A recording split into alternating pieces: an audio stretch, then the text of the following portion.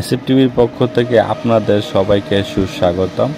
আমি রাজীব রানা বলছি যে 16ই ডিসেম্বর মহান বিজয় দিবসের উপলক্ষে জেলা প্রশাসন আয়োজিত এই মেলাটি অনুষ্ঠিত হয়েছে।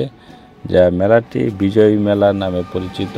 যে মেলাটি অবস্থিত রয়েছে ময়মনসিংহ জয়নুল আবেদীন পার্কে, যে বৈশাখী মঞ্চ আছে সেখানে অবস্থিত এই মেলাটি।